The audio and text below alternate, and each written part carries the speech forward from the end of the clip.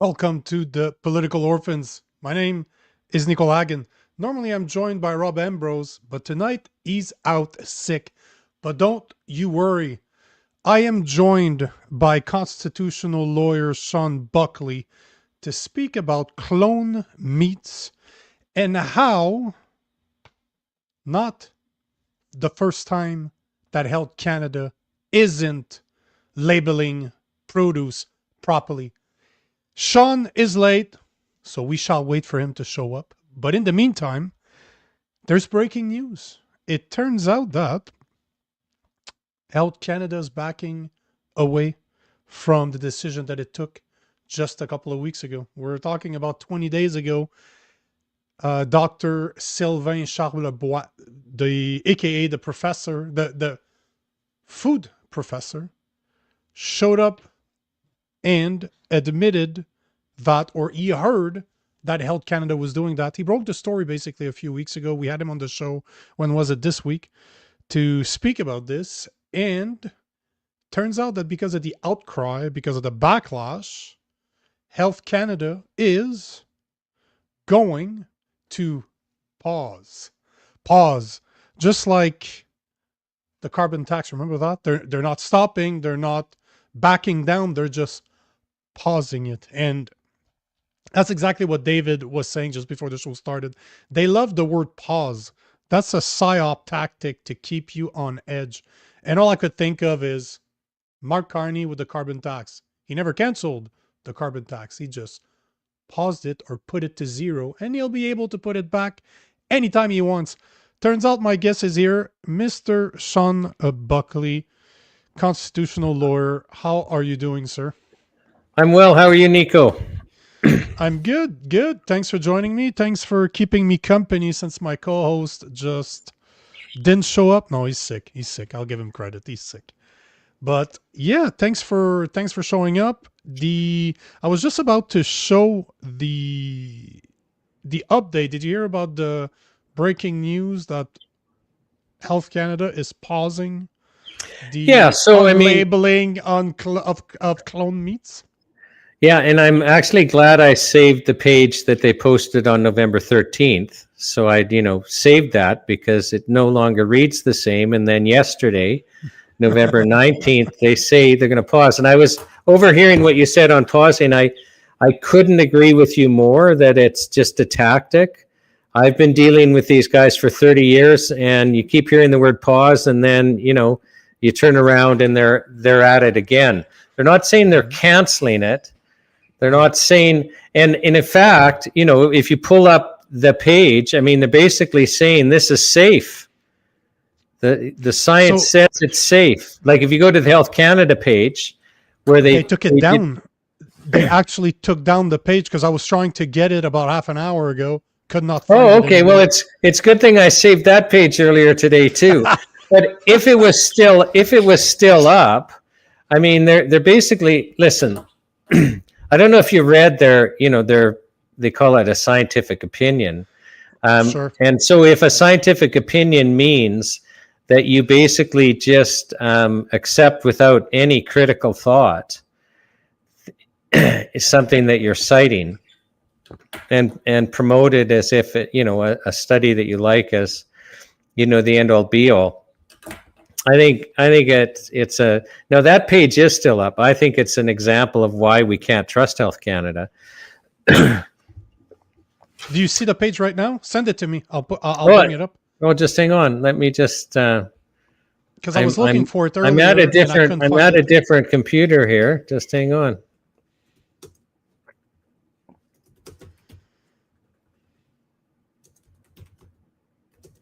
Because if you look, that I found surprising. While you're looking for this, I wanted to show this because that's about the only article right now that's reporting on it.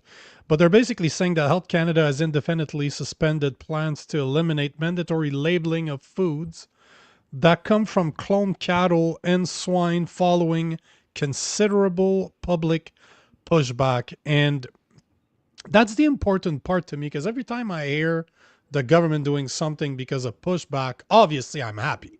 Obviously, that makes me happy. But how long is that going to last for? And are they just gonna do it without telling us? Because we did have Dr. Sylvain Charlebois, the food professor, on the show this week, and he's like, I brought it up at the end of last month. Like, he posted an op-ed on Global News, I believe, and he's the one that broke the news. And he's like, they're not the first to do that. Monsanto has a tendency to do that too, right? They will put GMO and stuff and they won't tell anybody. They just don't care to say, because supposedly, as he mentioned it, the science is on their side. So it's very interesting how Well, governments are able to do that, because that's a question that I want before we get into the meat and potatoes. Are they even, how is that legal? This is the part I don't understand about this whole thing. How is it legal for them to sell us something that is not what it seems and prevent it from being labeled appropriately? How is that legal? Here's the interesting part. So, because the real question is should Health Canada exist at all, or should they be allowed to take control over our food supply? And here's where good intentions go wrong. So, like, let's say we didn't have Health Canada. Well, then what we have to rely on is ourselves. And in the past, there'd be examples of people being fraudulent, right? Sure. So, so we pass, earlier versions of the Food and Drug Act were quite simple, and they would prevent things like fraud, as our criminal code does, and adulteration, and, basically manufacturing in unsafe ways. Those are kind of the three basic food safety things. You need protection against fraud, adulteration, and in adulteration in the food and drug world means with something dangerous, because fraud covers, lists the ingredients properly, and it's got to be manufactured safely. And, there's no perfect system, but we end up creating this bureaucracy that we actually think is charged with protecting our health. And well, if they're allowing new things into our food supply, it must be safe. And Nico, maybe before I was born, that was the case. Maybe. But I mean, I've been practicing in the area of food and drugs for 30 years as a lawyer. I don't trust a single word these people say. And I've actually crossed the line. I think Health Canada is the most dangerous thing for our health possible. I think Health Canada is the leading cause of death in Canada. And, if you want me to explain why I think that, it's because they have control over our food supply, and it's become as toxic and as dangerous as possible. When you think about it, if I ask the question, is it possible that our food could have more chemicals and toxins in it without the population popping? Like, and by popping, I mean just totally reacting. I think we're there. Like, is it? And it just happened, right? We just reacted over this cloned meat thing. But I don't think it's possible. They've allowed so many dangerous chemicals into our food supply that our food is horrific. And yet all the while we've thought, well, they're protecting our safety. Well, who are they protecting? Like, why is everyone watching this would test positive for glyphosate, and most of us in horrific levels? So who's Health Canada protecting here? Why do all of us have glyphosate? And that's just one. We could go with a list of chemicals that, all of us will test to have in our bodies, none of which are safe. Well, that's happened because Health Canada's allowed it to happen. So one of the things that you mentioned earlier is that Health Canada in the first place was created to prevent fraud, to prevent dangerous products from being sold. At least that's always the idea, right? Every single time they put a new government a new government entity, bureaucrats in place, it's always for safety. It always is to protect us from ourselves.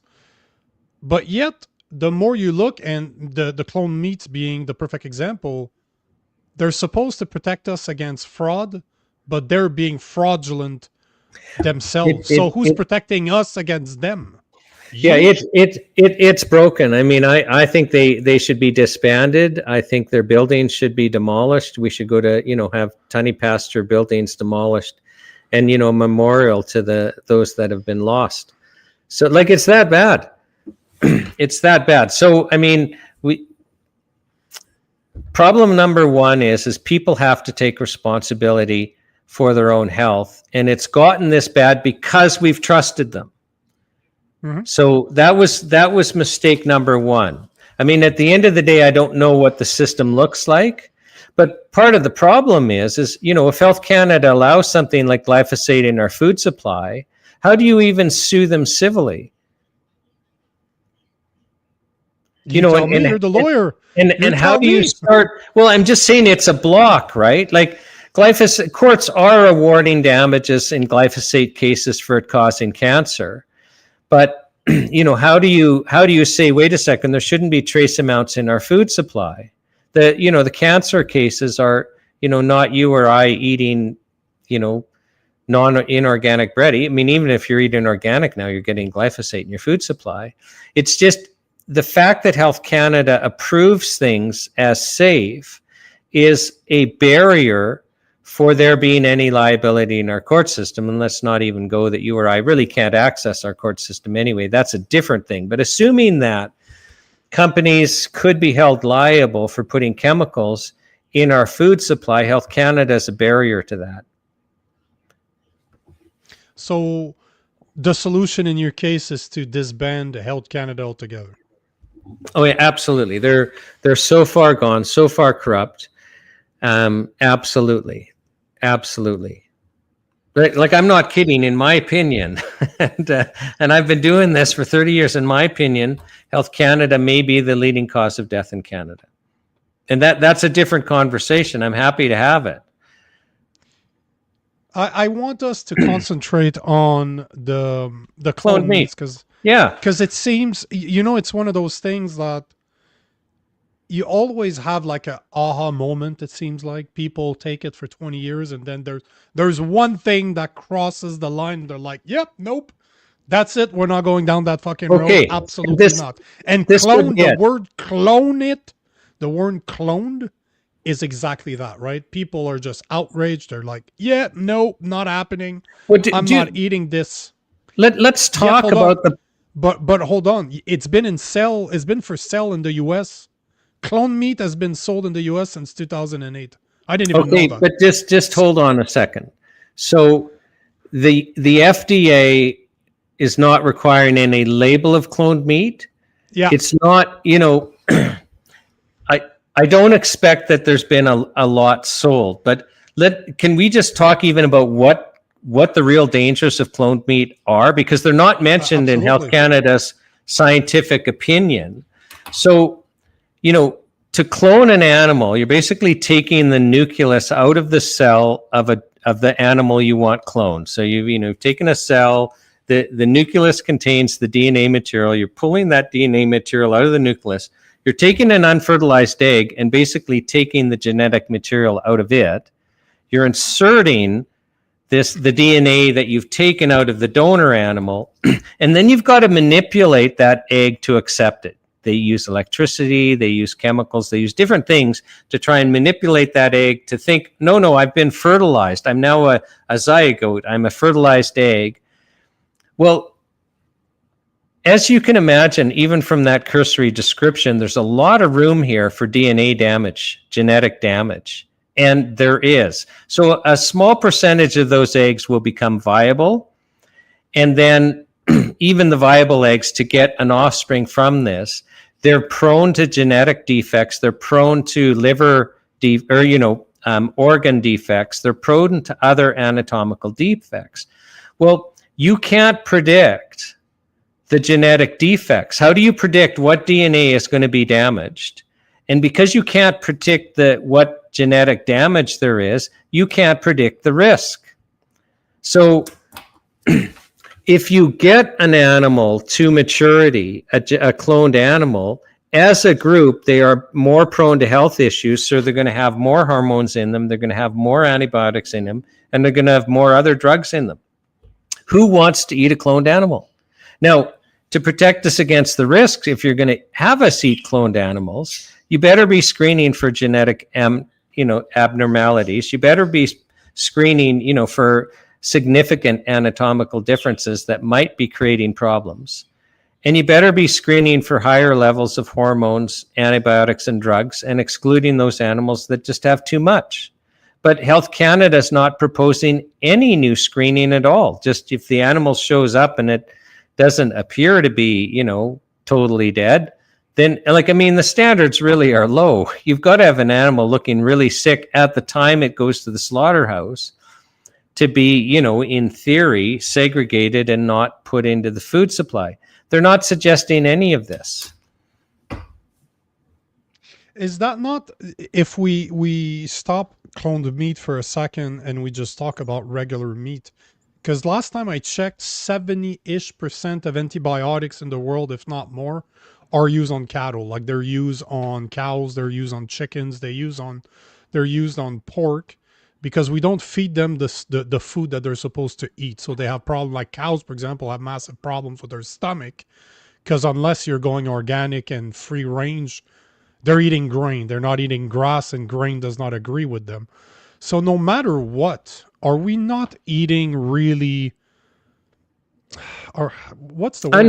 Unhealthy meat. Listen, if you're why unhealthy, are we doing this? Why aren't we?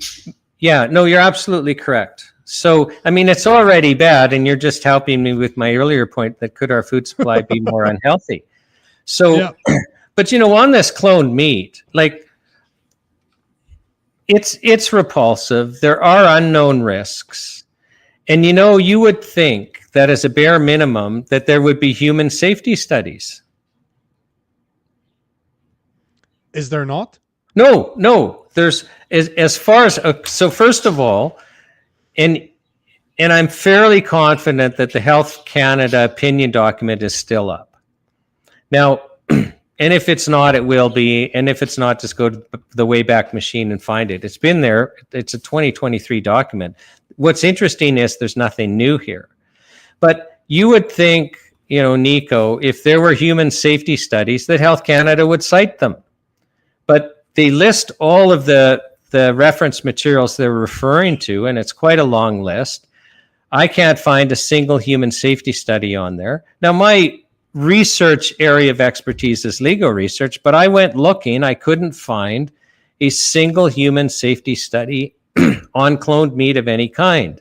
And I would like to think that, if I was in charge, I would require there to be robust and long-term animal safety studies, because I would require those because an ethics board isn't going to allow me to do human safety studies until I've got some pretty well-designed and, reasonably long-term and sizable animal safety studies. So let's do the animal safety studies first. There are no animal safety studies that Health Canada references for beef, or for pork rather, and they reference one small rat study that ran for 14 weeks.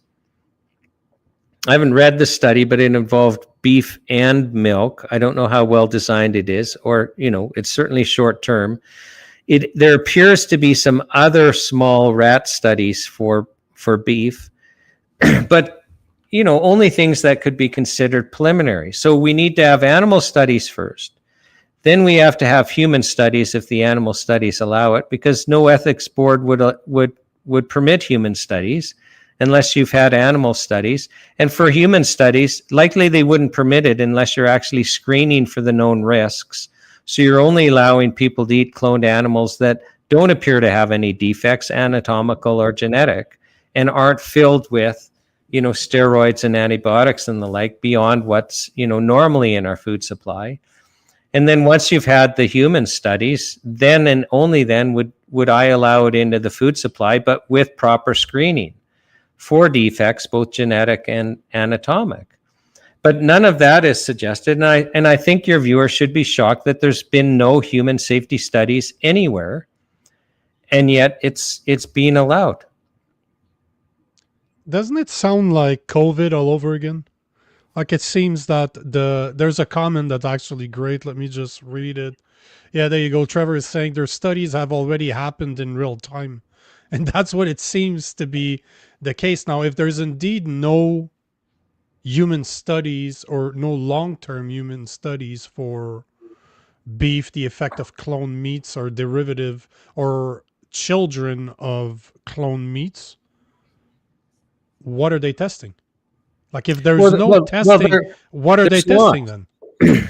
There's not. I mean, that's the whole point. Is this is absolutely reckless. And then let's also consider this, because it's one thing if they said, okay, like, so first of all, they should be upfront. They should be saying there are no human safety studies on cloned meat. There is no animal studies on cloned pork, safety studies. There really are no animal safety studies on beef. But we're going to allow it into the food supply, but we're going to require clear labeling so that Canadians have a choice. Now, that in itself would be absolutely reckless. But most people haven't thought through that the absence of labeling actually makes it mandatory that you're going to eat cloned meat. And here's how it works. Because, unless you're willing to become a vegetarian, which I know I'm not, then if I go to a restaurant and I can't know whether the meal I ordered has cloned meat or not, and if I go to the grocery store and I can't know if the steak or ground beef or hot dogs I'm buying has, cloned meat in it, then I'm really being forced to eat it because, I'm one of those people of the opinion that you can't get what you need without being, a carnivore. Whether you like it or not, I'm not going to be a vegetarian for health reasons. I fully appreciate the ethical concerns, and I sympathize with them. I wish I didn't have to eat meat, but most of us aren't willing to become vegetarians. So if you're not going to have labeling, then you're forcing us. You're literally forcing us to eat cloned meat, and that's where I think we've absolutely crossing the line. And we've also crossed that line with genetically modified plants. Because they don't require labeling, we have no choice. And that's why most of us have levels of glyphosate in us, or, BT toxin in us for the corn that, really are obnoxious. But we can't avoid it because it's not labeled.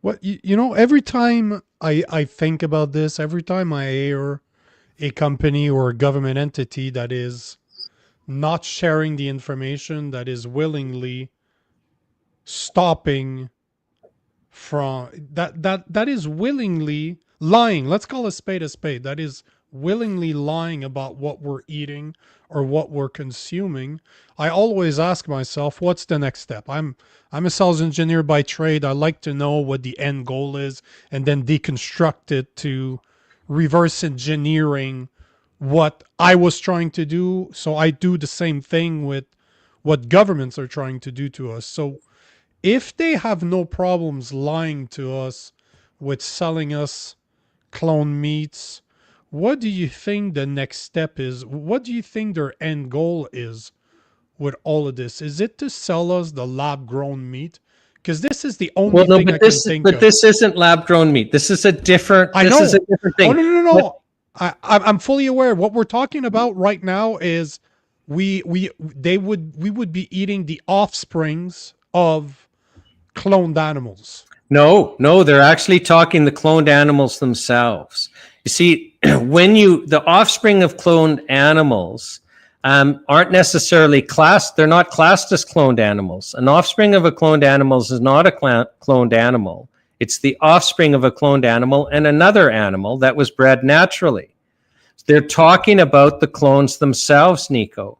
And the offspring of cloned animals are way less prone to genetic defects because you've had one generation, of an animal making it to sexual maturity, plus combination with, normal DNA that should be fine. Unless you're, I guess it's the offspring of two cloned animals. That's a different issue. And so the offspring of cloned animals likely are way less dangerous than eating the cloned animals. They're actually talking about eating the cloned animals. Now, you're asking, well, why is this going on? I think the answers are in Health Canada's scientific opinion, which say one of the, and also bear in mind, like, it's expensive to clone.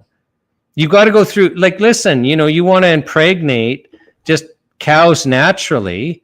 You just put the bull in the field. I mean, it's not, it doesn't, the animals do their thing as they're supposed to do. Now, if you're the high dollar thing, you do this artificial insemination. So, I mean, like a big dollar bull, I mean, they will sell the semen and just artificially inseminate, but it's still semen and egg combining. But that's more expensive, and you just do it for your high-end animals. It's actually, it's pretty widespread, the artificial insemination, but it's still naturally bred, right? You're still using sperm from a bull and eggs from a cow. So cloning is expensive. Cloning is fraught with difficulties. The consumer doesn't want cloned meat. It's not like they're going to be able to charge a premium. If they labeled it, to get rid of it, they'd probably have to sell it for way less. So, you asked the perfect question, why? And I think the answers are in Health Canada's document, their scientific document. They say, cloning could be really useful for biopharmaceuticals and biochemicals, and also for introducing genetic modifications into the population. And they refer to mDNA, not mRNA, but mDNA changes. Now, cloning is absolutely necessary for this. So let's say you're trying to create a cow that will have in its meat a specific, pharmaceutical. They call it a biopharmaceutical because they've now modified the DNA of the cow to create a specific drug. And they want that drug in the meat. Well, once they've succeeded, now that's a huge task for them to get the cow, to get a live adult cow that's, that actually, doesn't have defective organs and all of that, and is actually manufacturing a specific pharmaceutical within it, and it's not killing the cow. So they now literally have the golden calf, so to speak. I mean, they've accomplished something extremely difficult. The only way of replicating that, of getting that into our food supply, is cloning. Because once you start breeding that animal, the offspring aren't going to be making that perfect pharmaceutical drug, if at all. So the only way, once they've gotten there, is to clone. And we're not going to consent to getting drugs into us just because we're eating. We would avoid that meat if it had to be labeled, if cloned meat had to be labeled. So I think that they do things in stages, right? I mean, when I go to some stores like Superstore, they've got these gates that open automatically. Well, why are they putting them there? It makes it unfriendly. They're getting me accustomed to gates. So in the future, if they want us to have to show ID, which happened in Britain during COVID at one chain of stores, then I'm accustomed to the first step, right? That's why they're doing it. It could be that they were trying this rollout so that we would get accustomed. Hey, we accepted genetically modified plants. They're horrific. Like somebody close to me, if they eat in a restaurant too much, they get, they might as well have colitis. But if they stop and start eating at home organic, if they eat the GMO wheat, like flour or whatever, or things with it, they react. It's like a light switch. There's a lot of people that react to genetically modified plants in a negative way. Well, of course you'd react in a negative way. It kills your gut flora. I mean, the corn, the genetically modified corn, they have shown that the genetically modified corn makes an insecticide called Bt toxin. Studies have shown that when you eat it, the bacteria in your gut start making that toxin. So you actually become an insecticide factory, except you're absorbing it because it's being excreted in your gut. So, of course, some people react to it. Well, we allowed that. It's interesting that we're reacting to this cloned meat, but I think that, the mischief is they want to introduce biopharmaceuticals and biochemicals into the food supply, And to do that, they have to have us accepting eating cloned meat, and they can't be labeling it. But hold on. So I appreciate the information you just gave us, but what I was trying to say is, do you, because there's a couple of things that we're going to have to revisit, as you mentioned a few things that I've never heard before. But before we do, what I was trying to say is, to me, the whole clone meat thing is just to get us, just like the gates you were talking about at Superstore. It's just trying to get us used to hearing clone meats, clone meat, clone meat, clone meat. And then just like GMO, most people don't react to it anymore. They assume that their food has some, and it's just, well, okay, the food I eat has GMO, but it's good for me, right? It's genetically modified to be good for me, because obviously that's what they tell us. But the point I'm trying to make is, when I go back to reverse engineering, I just always want to understand, what are they trying to accomplish? What's the end goal? And clone meat is expensive. It's not very well done yet. You still have to raise that cattle, right? It's not like you see in the sci-fi movie that they're in an accelerator and you just put the cells in, you click play, and it just zaps them to a full-size animal. You still have to have them come to maturity. So it reminds me, if you will, of an Amazon, for example. When they first started, they took a loss for years in order to destroy little mom and shop bookstores. And then next thing you know, they're the biggest supply chain company in the world. Like, they literally wrote the new supply chain. And I see the same thing with clone meat. Imagine not having to have the animal anymore, and you just do lab grown meat. Because everything that you mentioned, where you're saying that, and you correct me if I heard you wrong, but you mentioned that they're using clone meats in order to modify the genetic of those animal, let's say cow for sake of argument, so that when we consume them, we react to it, or we're basically taking pharmaceuticals. Like I'm thinking, because they were talking about tomatoes being able to carry the mRNA vaccine for COVID. So you didn't need to get vaccinated anymore. They could simply make it as part of the genetic code of a tomato. And while you're eating a tomato, guess what? You're getting your vaccine. Yeah, and you're getting same the with equivalent. beef. Yep.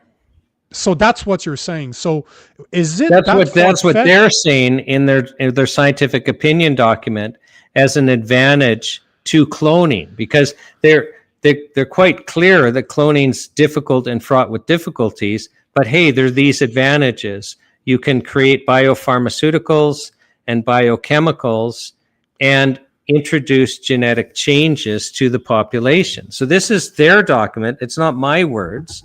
Anyone can read it. It's online. And it makes sense. And now it could be, because I think you're absolutely right that, this is a teaser balloon. If they could get us eating cloned meat, we will become used to it. Like even you and I, Nico, let's say they pressed ahead with this and we're having this conversation 5 years later, and both of us know we've eaten cloned meat by default because, we are going to go to a restaurant after all. And, I'm at that baseball game, I'm going to have a hamburger. Like they win. And then it's less of a deal for us. Like they do it because it works. Of course. So is it that far-fetched to believe that the reason, not only are they bringing that because of the pharmaceutical aspect of things, but the fact that it's expensive, they want to reduce that cost at one point, the cost being the actual cloning itself, but the reward to that is that we're becoming used to the word cloning, and then 10 years from now, they start introducing lab-grown meat. Like, you don't even need the cow anymore. We don't care about the cow anymore. We don't need to have it at all. We will just produce the pieces of meat like the sirloin that people love to eat. That's it. We're just going to produce that. So how much easier is it at that point to genetically modify that piece of meat? And I'm going to air quote this because it ain't meat at that point, but to genetically modify it pharmaceutically because you don't need to worry about it being alive in the first place, because it's not really alive. So is it that far-fetched to believe that that's the No, next step? no. I mean, that may or may not be, but I don't think anything is far-fetched anymore. I mean, we know they're already growing what they call, lab meat, right? Although that's just what they call it. I mean, they want complete control over our food supply. They want absolute complete control over our food supply, and ever so slowly that's been happening. I mean, I think they want to funnel us into 15-minute cities and clear the land. And that's just because that's what they say they want to do. So, sometimes I believe them. Now, and they want us to eat bugs. I mean, there's already bug farms and stuff like that. Like, I mean, all of this is happening. I don't understand. I truly don't get it. Like, I just don't get it.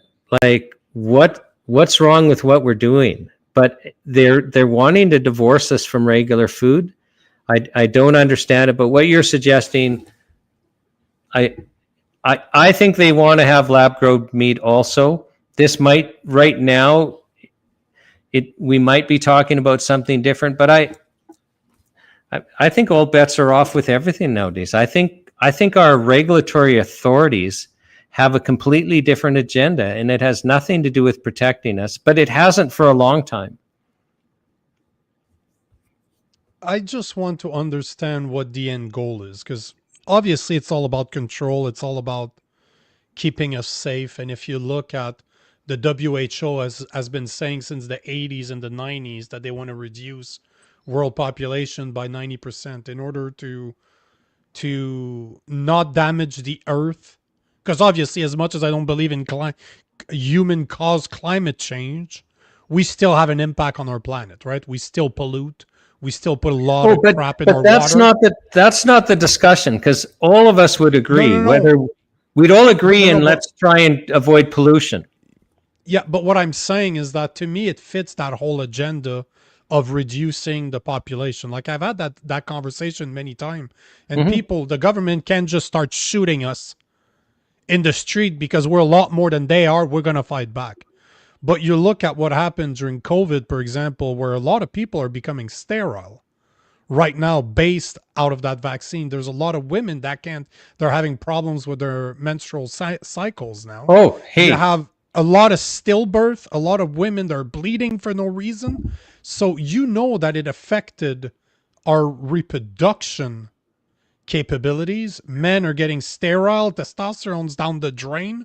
So you can't shoot us in the street, like I said, because we're going to do something. But all of this could be leading to that final solution of reducing that population. But what you can do is you can make the food as toxic as possible without the population reacting. You can reduce the amount of nutrients in the food so that unless people are wise enough to get advice and supplement properly, they will develop chronic illnesses. And then you create a healthcare system where the only treatments, by and large, are surgery and synthetic chemicals, which really are toxic. I mean, it's interesting, the NHPPA that I'm with, we just did this online health show. Well, one of our speakers was Professor Alan Castles, who was saying, the third leading cause of death in Canada are the psychiatric drugs. Well, after the show, I approached him and said, can you point me in the direction of, I've heard other risk analysis experts basically say, that the synthetic drugs are, one of the 5 leading causes of death. Well, there's a professor at University of Copenhagen, and the Brownstone Institute published a paper of his that's very well documented, where he's suggesting, no, really the leading cause of death in Western nations are the chemical pharmaceutical drugs, the leading cause of death. So there's no question they are a leading cause of death. So you make our food toxic. You make our food so it's no longer food, so we're going to become chronically sick. And then you basically make it so that the only legal treatments are toxic chemicals, which are, if they're not the leading cause of death, they are a leading cause of death. And, this is all done by Health Canada, which is why I think they are the leading cause of death. So, I'm agreeing with you that it appears that they are going out of their way to shorten our lifespan. Now, can I share something with you about Health Canada and that vaccine that you probably have not heard before? Go for it. Okay, so the public messaging was safe and effective, safe and effective, safe and effective. I almost want to throw up. And I'm sure that if we pulled up the Health Canada website right now, they actually have a separate page on the Health Canada website for every COVID vaccine they've approved.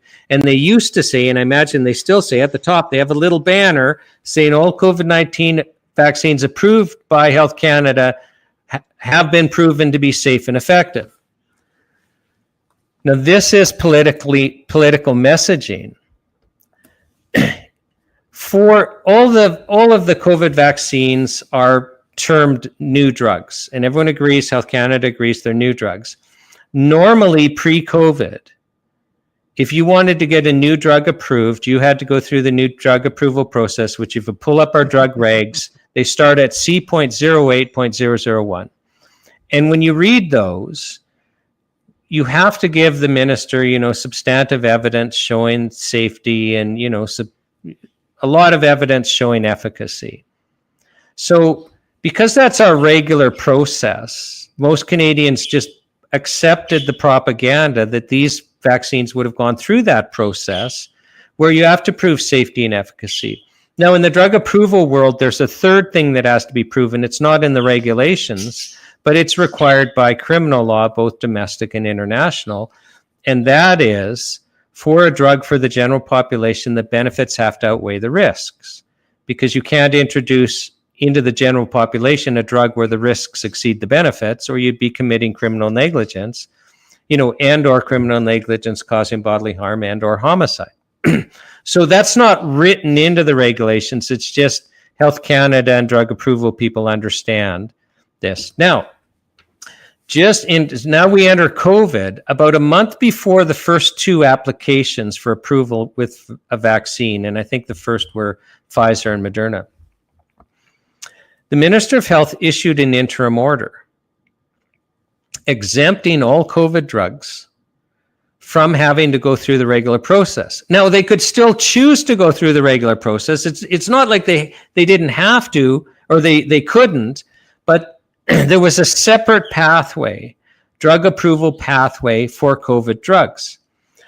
Now, I'm going to quote to you what the test is, and I might have one or two meaningless words wrong, but it's going to be pretty damn close.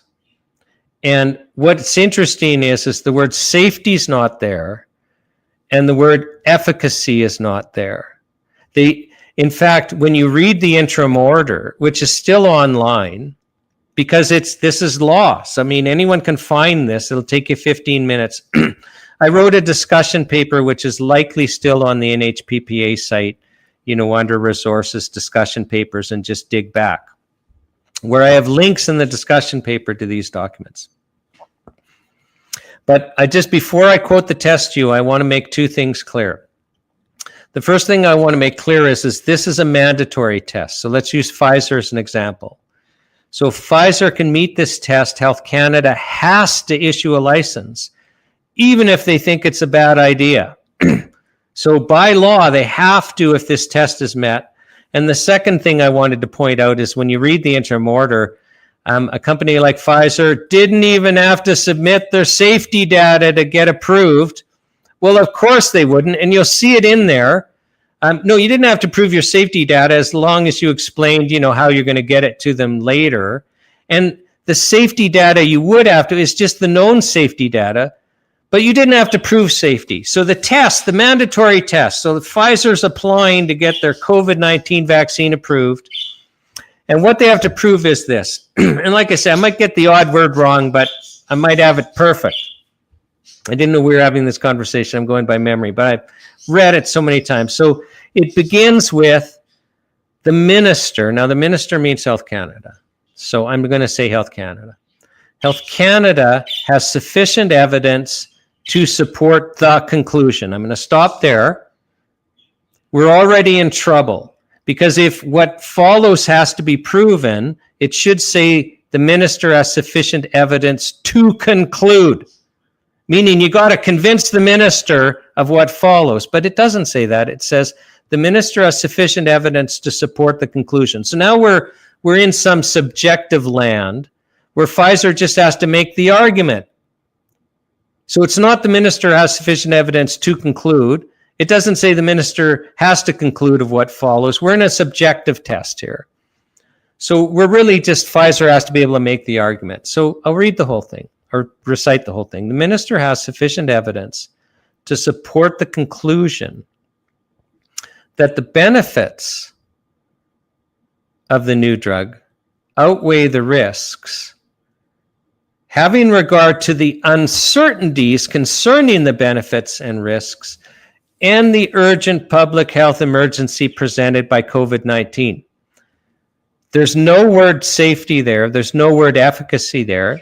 Even though there's risk-benefit language, you can't do a risk-benefit analysis without knowing the safety profile and without knowing the benefit profile. And the words are in there, having regard to the uncertainties regarding the benefits and risks. In the regular drug approval world, if you don't know safety, if you don't know efficacy, if there's any uncertainty about any of this, there's no approval. This was a political direction to Health Canada to approve. You could have Windex approved. So it's the public messaging that was misleading. It was Health Canada and Evernow saying they're proven to be safe and effective. Whether they were or were not safe or effective, and I think they were worse than not safe and worse than not effective. I actually think they were very effective for their intended purpose, which was not to inoculate or prevent anyone from getting COVID. It was the public messaging that was so offensive. So here you had Health Canada, which I'm sure is still on their website today for every single COVID vaccine they've approved, saying they've all been proven to be safe and effective. That's a lie. In my opinion, that's absolutely false. They know as a fact they haven't been proven to be safe or effective. And yet that messaging was there for political ends. But think of what was happening when the minister exempted them. It was a queen then. We didn't have a king yet. Her Majesty's government had purchased the vaccines before they were approved.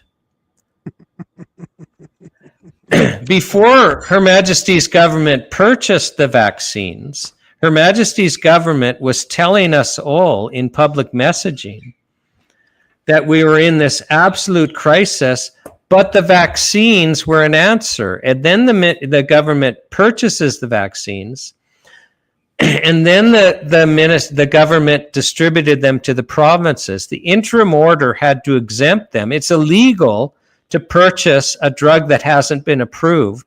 It's illegal to distribute a drug that hasn't been approved. They had to exempt themselves from that law. Do you think there was any chance they weren't going to approve these vaccines?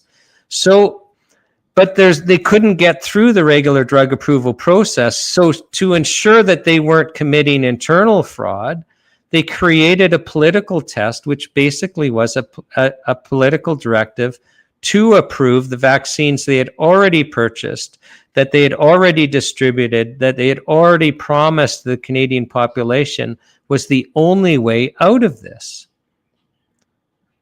The whole thing, like that people can't see how absolutely crazy this was. I don't know, Nico. It's happening everywhere you look.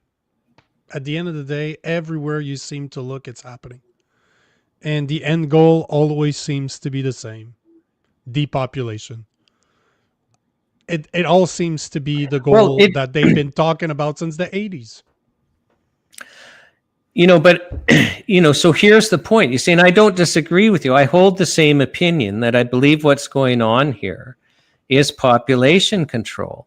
What I can't get my head around is why more people don't see it, and why do we care that Health Canada, was saying, well, let's allow cloned meat without labeling? Isn't that just more evidence that they're actually an adversarial organization that is there to cause you and your family harm?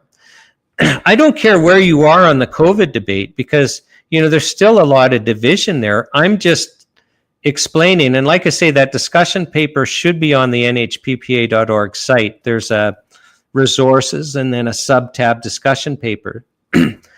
Other than, I've been an expert witness in some COVID law case to explain this. I don't know of anywhere else where anyone's actually set out, no, the test, you didn't have to prove safety and efficacy, because at least people should know the truth. And again, I don't care whether you took the vaccine or didn't, or whether you supported it or you didn't. I mean, the reality is there was no division between vaccinated people and unvaccinated people.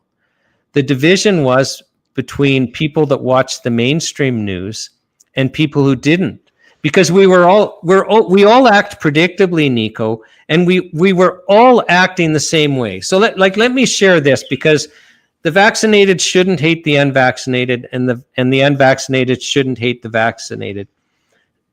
I'm going to generalize, but I just want to illustrate how people were having the same experience. Because, people that were in the vaccinated camp, and again, I apologize, I'm generalizing, but you're going to see, that generally what I'm speaking is true. The people in the vaccinated camp honestly believed that there was this dangerous pathogen named COVID-19 that posed, a real threat to their lives and the lives of their family. And so they're afraid. They're genuinely afraid of this virus. But you know what? There's a solution. There's this vaccine. We've got this vaccine. And I can be safe, and my children could be safe if only those unwashed, unvaccinated people would get in line and get the vaccine. No, but we're just talking about what the belief is, and then I'm going to switch to the unvaccinated. You're going to see we're having the exact same experience, just the facts were a little different. So those unvaccinated people were putting me and my children at risk. And of course, then you're afraid, and then the hatred comes. Of course, you're going to hate those people. Now, let's switch that around. And again, I'll be generalizing, but those unvaccinated people, they honestly believed, Nico, they honestly believed that vaccine posed a threat. Like they honestly believed that vaccine could, literally kill them or their kids. But there's no problem, because in Canada, you don't have to take a medical treatment. They can't force you. Oh, wait a second. You send your kids to school, they're going to vaccinate your kids without telling you. You're going to lose your job. And we learned at the National Citizens Inquiry, it was the social pressure that led most people. It wasn't the economic. But we would be safe if only those vaccinated people would leave us alone and not vaccinate our kids at school without our consent, and wouldn't be forcing us to do it to keep our jobs, and wouldn't be ostracizing us from our families. If only they weren't pushing us, we'd be safe. And now we're afraid, and then we hate. Now you tell me how that experience was any different. We both had the same experience. It didn't matter what camp you were in. We were having the same experience. The only difference is we believe different facts, but if we believed the other's facts, we would have acted the exact same way. And we were just totally gamed by our government ramping up this fear.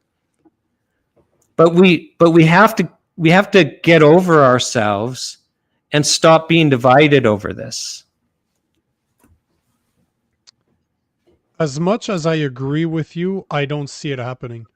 There's two, but the reason being that, like my co-host, for example, Rob is vaccinated. I wasn't. Like, I lost everything, and like I said, I'm a sales engineer by trade. I had a career. I didn't just have a job. This is something I was into for 20 years, right? So I lost a very lucrative job, or very lucrative career, and he couldn't care less. He didn't do, like, he took the vaccine, he took some of the CERB payments. He's like, let bygones be bygones. But then I look at people around me that put me in a corner. I didn't care. Personally, I never cared. If you get vaccinated or not, I don't care. At the end of the day, don't care. Don't care. You want to put something in your body? I'm a live and let live type of guy. I just draw the line as to what you think I should do for myself. Once you take as good care of yourself as I do me, we'll talk. Until then, fuck off with your vaccine. Go suck one. That was my policy from the get-go. But the point I want to make here is that it's easy for the people that got the vaccine, that got to keep their, and whyever you got it, that's up to you. You believe in it, social pressure, whatever it is. It's easy for them to tell the people like me that didn't get vaccinated, that lost everything over it, to say, get over it, because it showed me the type of people we're dealing with. But just wait. But I'm a person that didn't get vaccinated and have had consequences. Now, Nico. So let's just back up and deconstruct, because the first thing to understand is we're predictable, which is why this control works. And you and I would have gotten the vaccine if we believed what other people believed. So we just understand that you believe that the mainstream media was issuing propaganda and these people were fooled. And that's what I believe. But I don't believe it. That's a fact. It's not even a belief. Okay. So I'm willing to accept that. But then do you understand that they're the victims? They're the victims of a psychological warfare campaign. You know, one of the witnesses that I called at the National Citizens Inquiry, Dr. Malone, I didn't call him about mNRA. I called him about fifth generation warfare because he's an expert at that. He testified at the Toronto hearings. You know, he was sharing, I think there are exhibits that can be accessed on his testimony page. He was actually sharing mainstream Canadian news articles during COVID about how the Canadian military was running a high-grade psyops against the Canadian populace.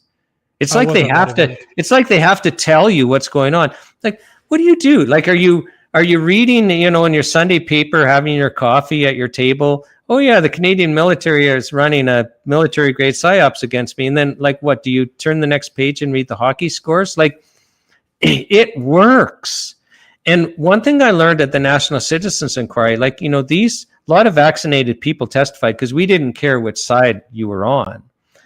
We just wanted your stories. And a lot of them were explaining how they really felt coerced. And then those that were injured, the system won't acknowledge to this day that the vaccine caused injuries, because we're still jabbing kids today. We're still pushing it. So they're treated like lepers. They're told that they have psychiatric problems. The way they're treated is just absolutely awful. And if we're divided, you see what's happening right now is our culture, our civilization is being taken down so that it can be remolded. Certainly depopulation is a huge part of that. But if we don't get rid of all of our divisions, we're going to be lost. And the second commandment is love your neighbor like yourself. And we are going, those people are going to need so much love going forward that it's absolutely crazy.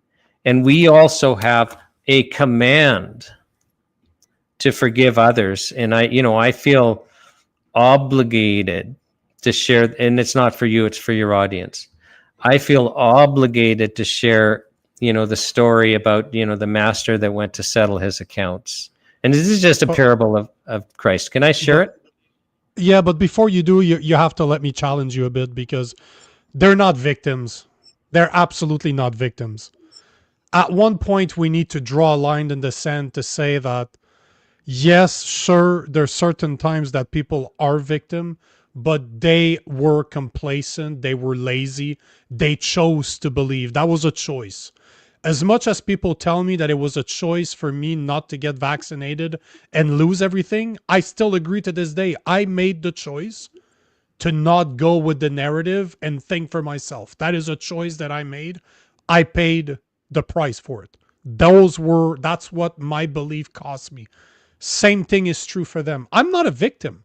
I don't consider myself a victim of what happened. I took a decision, I made the decision, and I live with the consequences, and I have no regrets. You know, I posted that yesterday. I know a lot of people that regretted taking the vaccine. I don't know one that regrets not taking it. And just the comments that I got, I did it on purpose. I was there to piss people off with that comment because I knew unvaccinated people would talk. And the narrative has not changed. It's still the same thing. They still believe, they still want to believe what they were told 4 years ago because they don't want to admit to themselves that they fucked up, that they took something that they would have never taken if they weren't scared. And that's why they took it. So I don't agree with you that they're victims, because they're not victims. At this point, we have to give credit to people that it's not ignorance anymore. So, the information is out there. If you choose to stop watching football, to stop watching hockey, to stop watching baseball, to stop watching all the new TV shows and do some research like I do for hours a day, and I've been doing that for decades now, that's a choice. You make that choice, but that's a conscious choice that I make every single day. They're not victims. As much as I agree with you, I'm a Christian, I will forgive others like I would forgive myself, but that doesn't mean I forget. And that's the point I'm trying to make, is that I forgive all the people that I lost my job over what they wanted me to do. I forgive my family for not wanting to deal with me because I was unvaccinated. You should have heard what I heard from my own family because I was the black sheep and decided not to get vaccinated. I forgive them all for it. At the end of the day, forgiveness is not about forgiving others. It's very selfish. Forgiving is mostly for yourself, to remove that from your head because it has no impact anymore. It's in the past, let it be. But I will never forget what people did because I'm not stupid. You know, I'll make a mistake once, shame on me. I'm not making that mistake twice. I'm not going to the third time. So all I'm saying is, as much as they did what they did, I did what I did, I'm not a victim. Neither are them. I paid the consequences for my actions already. Most of them have not. Their consequences are going to come later, because I think we can agree that the next 5-ish years is not going to be good for those triple boosted out there. So you said a lot and give me an opportunity to respond, and I'm enjoying this. And then we have to stop because we're over time. But I'll have you back on because I like to be challenged and challenge others. So yes, go ahead and respond. You know, I really think we can't underestimate how effective they are at manipulating the mind. You know, I remember, I don't know if it was a year ago. When was they circulate that monkeypox every now and again. I was watching the High Wire, and Dell was just showing, the monkeypox is raising its head again. And he showed maybe 2 minutes of different news clips, mainstream news clips, where they're raising this alarm on monkeypox. After 2 minutes, I have to tell you, I was terrified, even though cognitively, I knew that he's just, showing us how they're ramping us up. It's so effective what they've done. I actually, during one of the openings at the National Citizens Inquiry 2 years ago, I asked the question, is watching the mainstream media consistent with you being alive in 3 years? I don't think it is. But I think that, you can't underestimate how effective they are. And these people, they're still being brainwashed on almost everything. It's all by design to close their minds and take control of their minds. And then when they have been hurt by this, those that know they've been hurt by this, they're being treated as lepers by this. They're being terribly mistreated.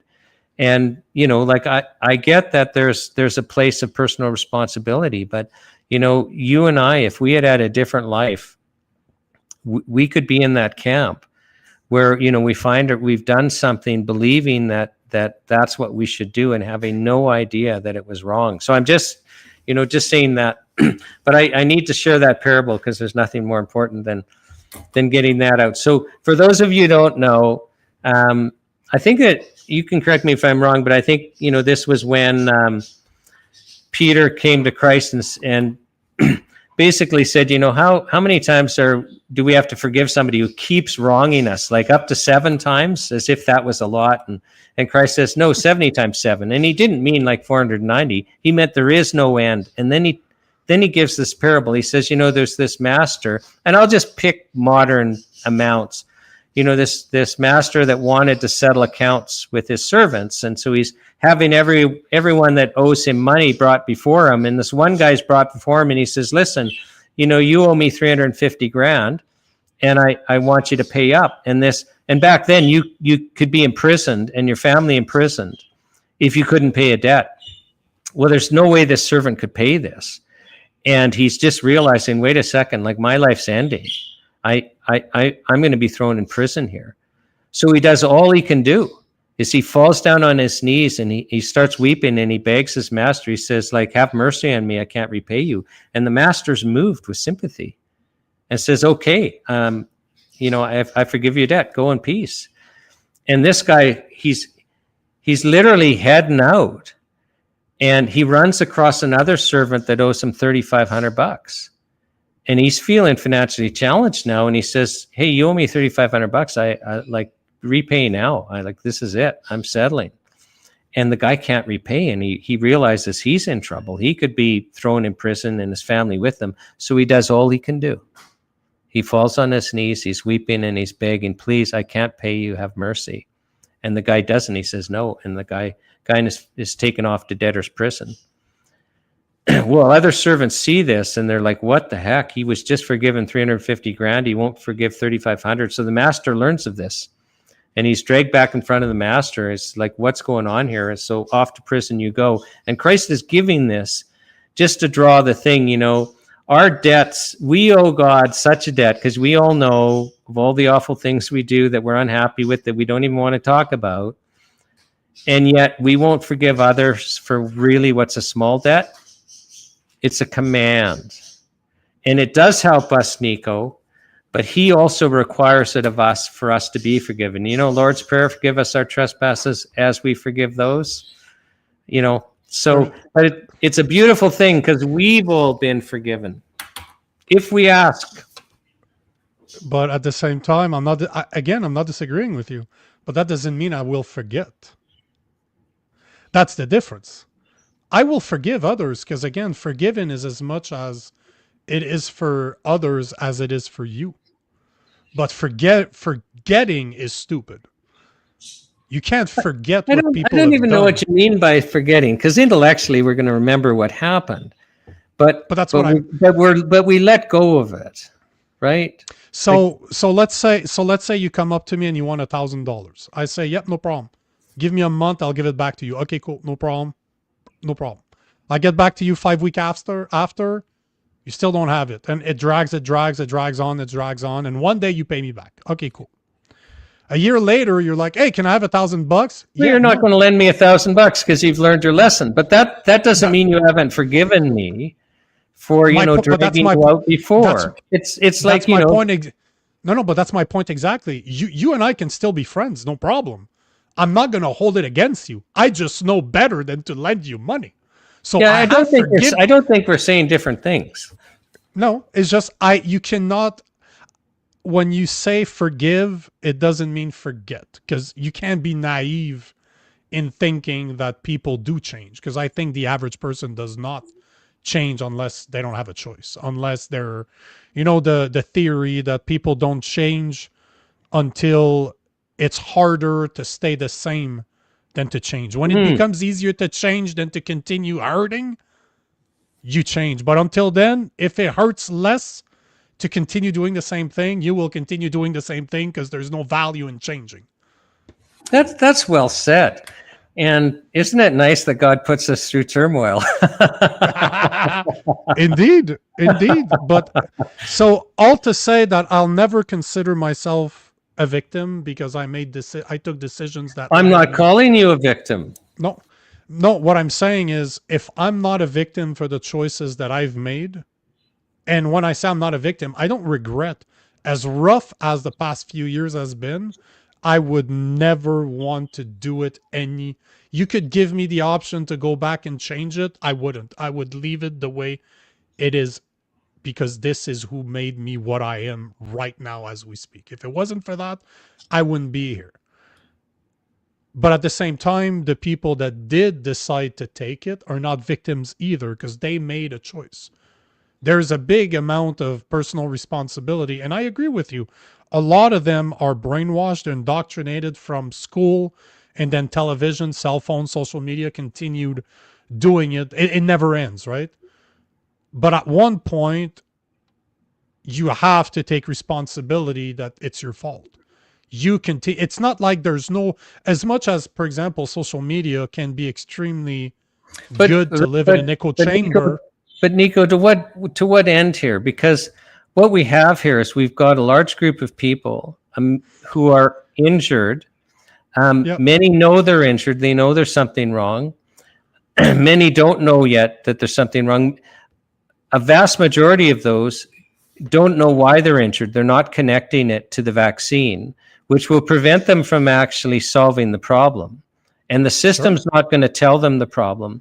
And so so regardless of how we feel about it, I think we need to be prepared going forward, like starting today, to be really bold in sharing the truth, not being afraid anymore, because we have an obligation to help. And they can't be helped until they know. And they can't be helped until they decide they want to be helped. Believe me, I fight that battle every single day of my life. It's sure getting easier though, isn't it? Like a couple of years ago, you couldn't even raise this issue but I find that people are way more open now.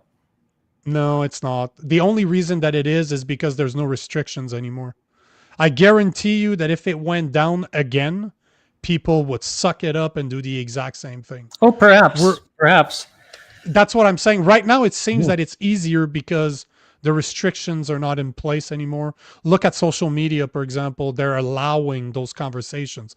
I got banned off my massive account on Facebook because I kept on talking against the vaccine. This is how I started creating content.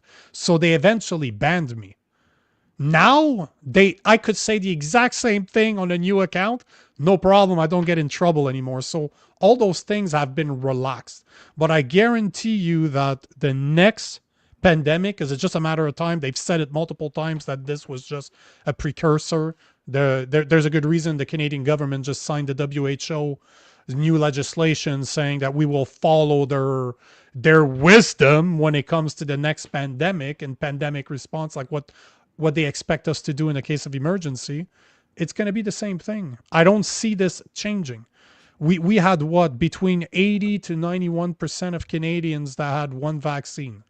Those are the numbers that I keep on seeing. So let's call it 80%. Let's take the lowest of the two. That means 4 out of 5 people took it. And I guarantee you that the vast majority of them is not because they believed in it, is because they were scared or they didn't want to lose their way of life. That 2 weeks to curve, the 2 weeks to flatten the curve to you'll need a passport, a vaccination passport to go to the restaurant. That's the part that people took it for. Let's be honest here. I would love to see those polls put together, as in, why did you take it? Because I guarantee you half of it at least was out of fear, or they didn't want to lose their way of life. A lot of it was social pressure. But the interesting thing is I think that, obviously they're trying to. You and I both think they're trying to depopulate us. That our government really is adversarial. So,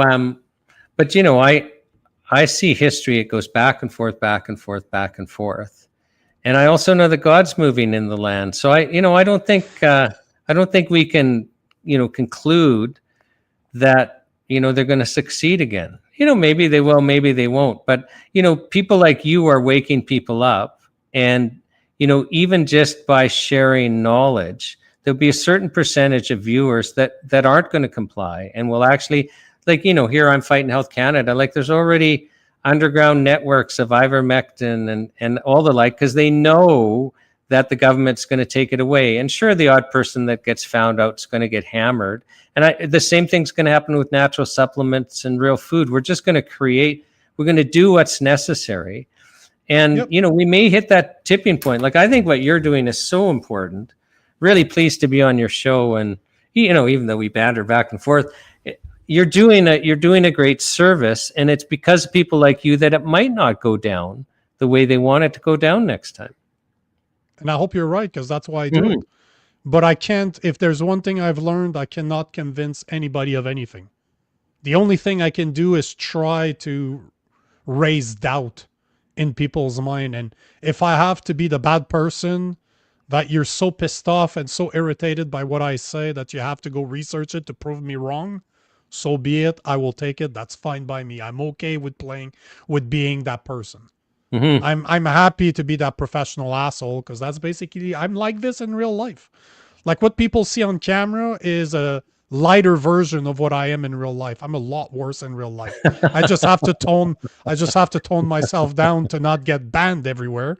But yeah, I appreciate talking to you. It's the second time we speak. I appreciate I like to tell people I disagree, and I like to have a civil conversation as to why we disagree and explain our points. That's why we do what we do here. So I appreciate you coming on the show for the second time. We'll have you again. And yeah, same to you. You need to continue doing the good work, because we know that Health Canada needs to be challenged. So yeah. Yeah, and I just encourage your audience. I mean, we have a responsibility, so start doing it. We're in an information war. 100%. 100,000,000,000%. You're absolutely right. So hopefully we can put some good information out there. Thanks for your time, Shawn. We'll see you soon. Thanks, Nico. Absolute pleasure. Enjoyed the conversation. Us right back at you. Thank you for the people in the comment section. And guys, we will see you on, what are we, Thursday? So we're off tomorrow.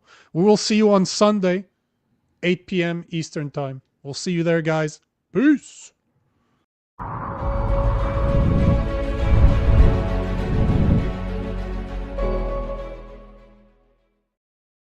So